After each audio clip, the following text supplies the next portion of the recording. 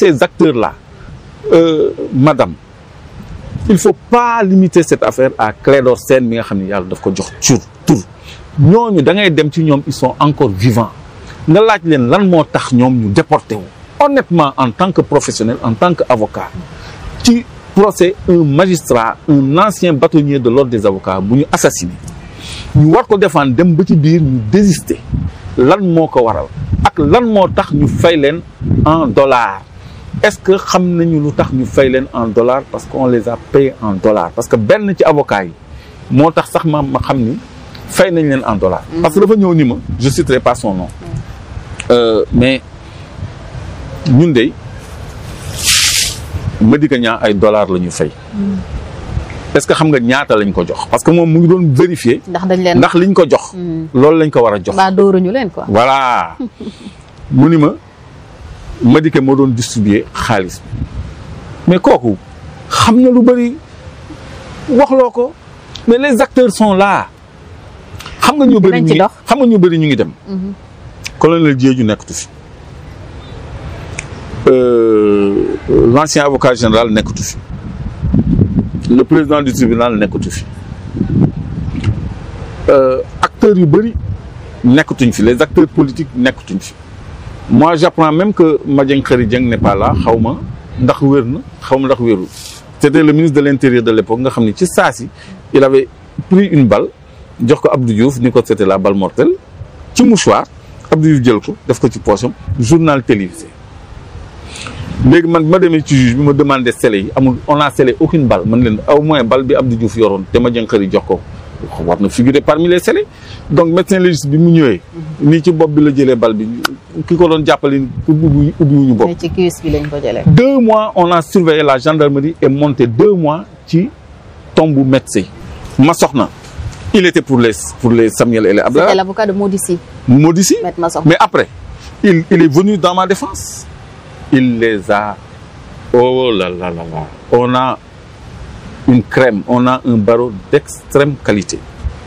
donc loolu je crois que lu ñu war a dox la à l'endroit de Ablaye Bathily lan moo tax Mitterrand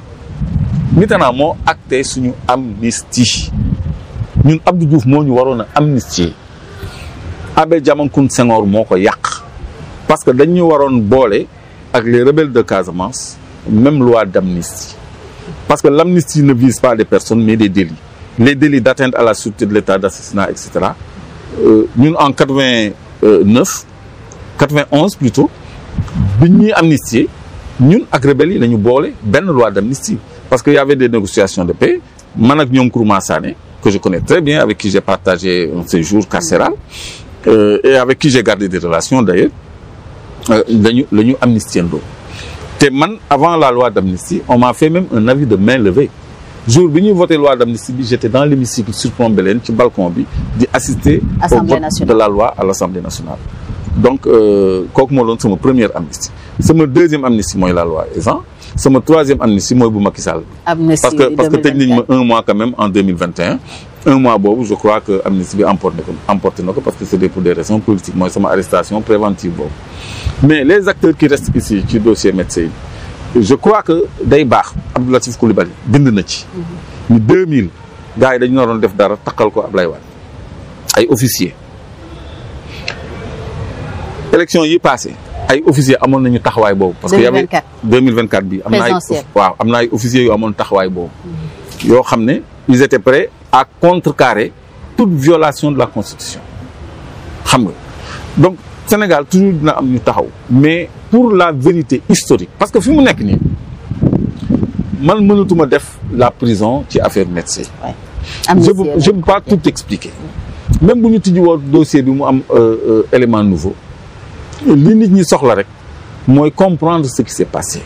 am éclairage su ma la laajoon tey qu'est-ce qui s'est vraiment passé kan moo rey médecin Clédor une question directe bon moi on m'a renseigné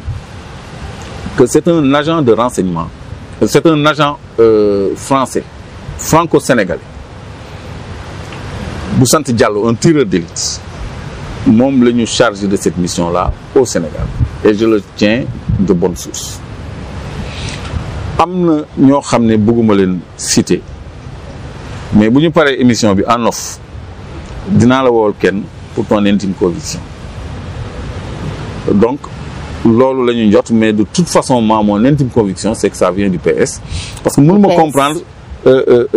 Djiboka di menacer Abdou Diouf sur le dossier médecin au lieu muy menacer Abdoulaye Wade il menace Abdou Diouf sur le dossier médecin loolu aussi mu ngi fi je crois que les archives peuvent le démontrer. Et puis comment se fait-il que ceux qui sont chargés de défendre médecin démissionnent? Comment se fait-il que qu'on les paye en dollars? Comment se fait-il que ñu may saraxu pour ma bañ a def pourvoi en cassation parce que su ma ko defoon une cour autrement constituée une autre juridiction va connaître à nouveau de cette affaire te bu boobaa du mën a am retrouvailles au sommet de l'État entre le PDS et le parti au pouvoir, condition sine qua non pour que les bailleurs de fonds reprennent les programmes de financement avant que d'évaluation bi di ñëw parce qu'on devait dévaluer le 10 janvier 1994. Il fallait donc sauver alors le Sénégal. qu'il fallait nous juger nous avant dévaluation bi di ñëw pour dal am ci réew mi. voilà après nag ca la dévaluation ñëw donc il y avait tous ces enjeux-là moo tax Mitterrand ak George Moore sous-secrétaire d'État américain aux affaires africaines interveniroon pour trouver des solutions kon tey entre les acteurs politiques. tu es tranquille. mais amoo dara looy mere sa bopp. moi j'ai non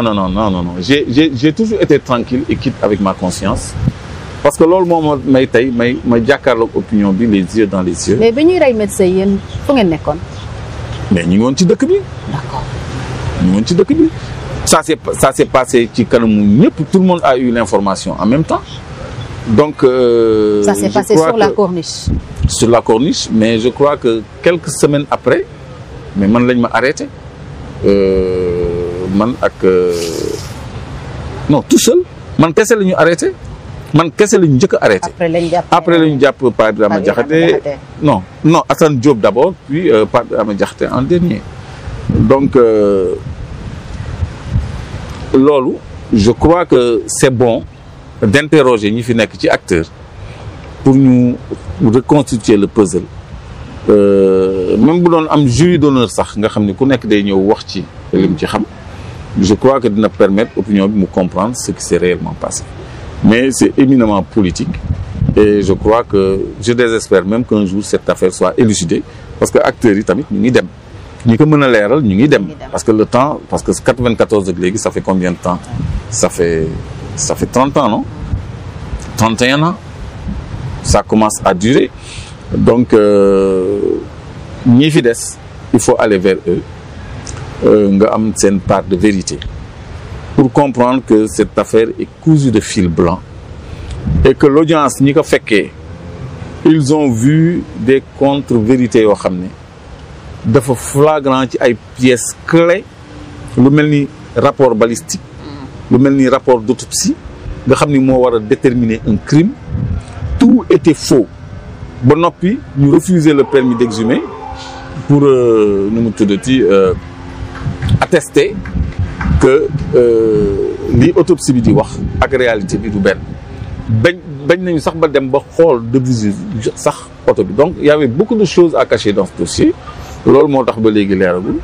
maintenant politiquement il y a les gens qui me font porter le chapeau justice ñëw étayer ces propos-là mais je crois qu'un jour des acteurs vont donner leur part de vérité ñu bañ a séntu lépp du seul Clédor Sène nga xam ne il a pris son courage à deux mains pour faire face à la justice et pour faire face aussi à l'opinion. Donc je suis là pour l'histoire oui. Et je serai disponible aussi bien pour l'histoire, pour la justice, pour tout le monde. Merci Clédor ci sa disponibilité. ñoo ko bokk merci ci waxtaan bi nga ma may. pour yow c'était Parcours sans frontières. ñu ngi leen di gërëm yéen ñi ñu doon teewlu ñëpp. dinañu wéyal waxtaan bi ak ñeneen ni mu ko sàkkoo di leen gërëm bu baax a baax yéen ñuy topp Sans Frontières TV di leen wax ngeen continuer abonné partager te yokk doole chaîne bi ñu gën leen a jox li gën ci waxtaan gën ci reportage gën ci enquête à très bientôt pour un autre Parcours Sans Frontières ci Sans Frontières TV gërëm sama caméraman gërëm toute l'équipe technique jërë ngeen jëf à très bientôt